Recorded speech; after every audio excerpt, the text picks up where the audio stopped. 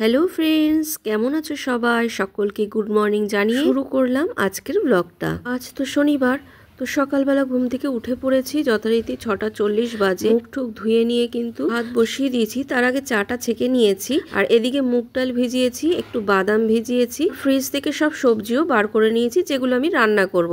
আজ তো শনিবার, সব নিরামিষ হবে, তাই ফুলকপি দিয়ে আমি ফুলকপি রোস্ট করব, আর উচ্ছে দিয়ে আমি তো ডাল করব। দেখো মুগ ডালটা আমি লাউ দিয়ে সেদ্ধ করে নিয়েছি, আর ভাত তো হয়েই গেছে। দেখো ফুলকপির রোস্টটাও আমি করে নিলাম, আর এদিকে সোনুর টাইমও হয়ে গেছে, আমাকে বলছে খেতে দাও। তো ডালটা বেশি করেই করেছি, আর ফুলকপির রোস্ট আর ডাল দিয়ে সোনুকে খেতে দিয়ে দিলাম। আর ভেবেছিলাম মূলো ছেঁচকি করব, কিন্তু মূলোটা আমার কাটাই হয়নি। রোস্টটা করতে করতে এত সময় লেগে গেল, ওর জন্য আবার দুটো বেগুন ভাজা করে দিলাম। আর ও এমনিতেও মূলো খেতে চায় না, যাই হোক ওর লাঞ্চ বক্সটা গুছিয়ে দিলাম। ও চলে গেলে তারপরে ওটা আমি রান্না করব। আমার হাজব্যান্ডকে ডাক দিলাম, এদিকে কর্পোরেশনের গাড়ি চলে এসছে, তা তাড়াহুড়ো করে ওটা দিতে গেলাম। এদিকে সোনু বেরোবে, আমার হাজব্যান্ডকে বললাম তুমি একটু আটকে দাও, এটা আমি ময়লাটা ফেলে দিয়ে আসি। এরপরে সোনু চলে গেল অফিসে, আর আজ তো তাড়াতাড়ি চলে আসবে শনিবার যেহেতু। তো তারপরে আমি মূলোটা কেটে নিলাম, আর আমার হাজব্যান্ডের চাটা গরম করে দিলাম। আর এদিকে মাও উঠে পড়েছে, ওই জন্য দুধ জাল দিয়ে দিলাম, হরলিক্স দিয়ে খাবে। আর এই যে দেখো বড়ি দিয়ে মূলো ছেঁচকিটা করে নিয়েছি, লেবু কেটে নিয়েছি, আর এখানে কিছু বাসন হয়েছিল রান্নার পরে, সেগুলোও মেজে নিয়েছি। তো কিচেনের কাজ কমপ্লিট করে চলে আসলাম ঘরে। এখন বাজে দেখো 9:30। আমার কিন্তু রান্নাঘরের কাজ হয়ে গেছে, আর এদিকে আমার হাজবেন্ড বিছানা তুলেছে, এই যে ব্ল্যাঙ্কেটটা ভাঁজ করে রোদে দিয়ে দিয়েছে। ভাবলাম ওদিকে তো কাজ হয়ে গেছে, আবার আরেকটু কিছু গুছিয়ে নিলাম আজকে, আবারও কিছু ঢোকালাম এখানে। বললাম না তোমাদের, এখন খালি গোছাতেই থাকবো, মানে এদিক থেকে ওদিক হবে, ওদিক থেকে এদিক হবে। এদিকে আমার হাজবেন্ড আর শাশুড়ি মা রেডি হয়ে গেছে দোকানে যাওয়ার জন্য। তো আমাকে বলছে খেতে দাও, তারপরে তুমি যা খুশি করো। গিয়ে আবার ওদের খেতে দিয়ে আসলাম। আর শানের কলেজ ছুটি বলে বেলা পর্যন্ত ঘুমোচ্ছে। এরপর ওকেও ডাক দিয়ে টিফিন দিলাম। তারপরে দেখো একটুখানি আমি এই ঘরটা ঝাড় দেওয়ার আগে একটু খাটগুলো মুছে নিচ্ছি। রোজ করলে তো ভালো হয়, কিন্তু রোজ তো আর হয় না, কয়েকদিন পর পরই পরিষ্কার করে দিই, তাহলে আর ধুলোটা জমে না। কালকে তো দেখলে প্রচুর কেচেছিলাম, কিছু শুকায়নি। তো এগুলো সিঁড়ির ঘরে মেলা ছিল, তো শুকিয়ে গেছে, এখন নামিয়ে নিয়ে আসলাম। আর ঘরটর মোছা হয়ে গেছে, তাই ফ্যানটা চালিয়ে দিয়েছিলাম। ঘরও আমার শুকিয়ে গেছে। চলো তোমাদের শাশুড়ি মায়ের ঘরের ওয়ার্ড্রোবটা দেখাই। আমাদেরটা তো দেখলে, শাশুড়ি মায়ের ঘরের ওয়ার্ড্রোবটা আগেই করা হয়েছে, তা উনি এর ভিতরে কাপড় চোপড় ঢুকিয়ে রেখেছে, আর নিচে একটা ড্রয়ার আছে। তো এই যে দেখো দেখাচ্ছি, আর পাশে আমার শ্বশুরমশাইয়ের ফটো রেখেছে টেবিলের ওপরে।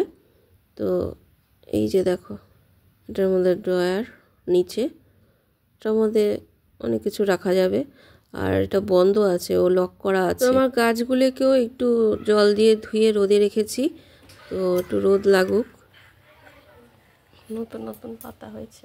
তো এরপর স্নান করে এসে আমি ঠাকুরের বাসন মাজবো, পুজো করব বলে। তো একজন এসছে, শান আমাকে ডাকছে, মা তোমাকে ডাকছে। তো গিয়ে দেখলাম উনি শ্মশান থেকে আসে, তা উনি ওই অমাবস্যার আগেই বাড়িতে বাড়িতে আসেন। তো আমি যা পারি তাই দেই, তো টাকা পয়সা দিয়েছি, তো প্রত্যেকবার এসেই আমার কাছে খাবার চায়। তো আমি যা রান্না করি প্রত্যেকবারই ওনাকে দেই।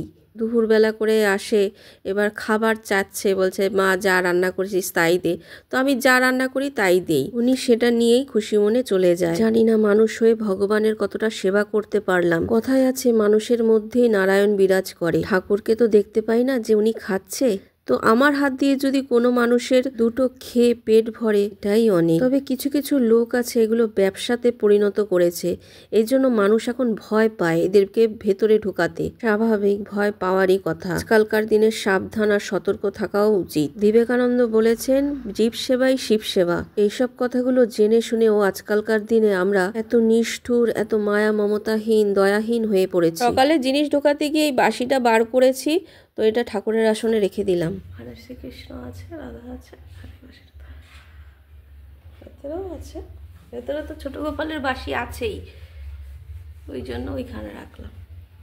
আর এদিকে দেখো আমাদের কাঠমিস্ত্রি সোনু শানের ঘরে স্টাডি টেবিল হবে, সেটা তৈরি করছেন এখন। শাশুড়ি মায়ের ঘরে আর আমার ঘরে তো হয়েই গেছে, ওদের ঘরের টেবিলটা বানালেই হয়ে যাবে। বই খাতাগুলো রাখতে খুব অসুবিধা হচ্ছে। তো সন্ধেবেলায় দেখো আমি সন্ধে টন্ধে দিয়ে একটু পাস্তা বানাচ্ছি। সোনু আজকে তাড়াতাড়ি চলে আসবে, বললাম আজকে শনিবার, তো শানও পড়তে যাবে টিউশন, তো এই জন্য একটু পাস্তা করে দিলাম ভেজিটেবল দিয়ে।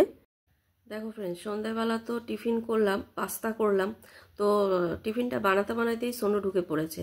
তো শানেরও যাওয়ার সময় হয়ে গেছিলো, তো একসঙ্গেই দুজনকে টিফিনটা দিলাম। তো সোনু কি করেছে, সোনু তো প্রতিদিন সাইকেল নিয়ে যায়, তো সাইকেল নিয়ে গিয়ে ও ওর বাবার দোকানের ওইখানে রাখে, গ্যারেজের ওইখানে রেখে তারপরে ও গাড়ি করে যায়, তোমাদের বলেছিলাম এর আগে। তো ও আজকে কি করেছে, ওর বাবার গাড়ি নিয়ে এসছে, মানে সাইকেলটা ওইখানেই রেখে এসছে।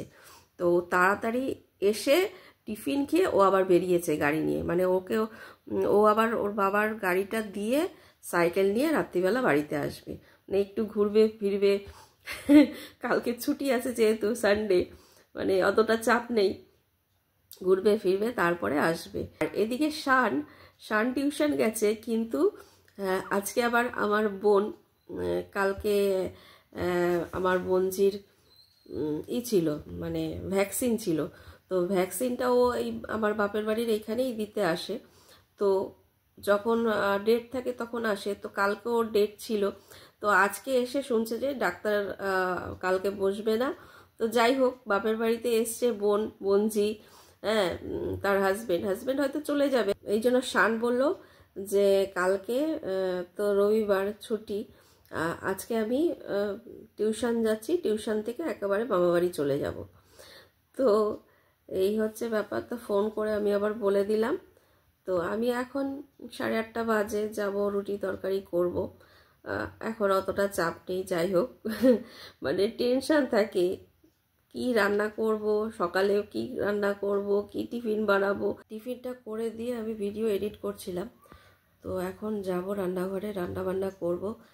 আর হাজব্যান্ড শাশুড়ি মা আসলে, সোনু আসলে তারপরে খাওয়া দাওয়া সেরে আবার বাসন টাসন মেজে মানে একটু শান্তিতে ঘুমাতে পারবো, মানে কালকে অত চাপ থাকবে না, সকালবেলা টাইমের কোনো থাকবে না।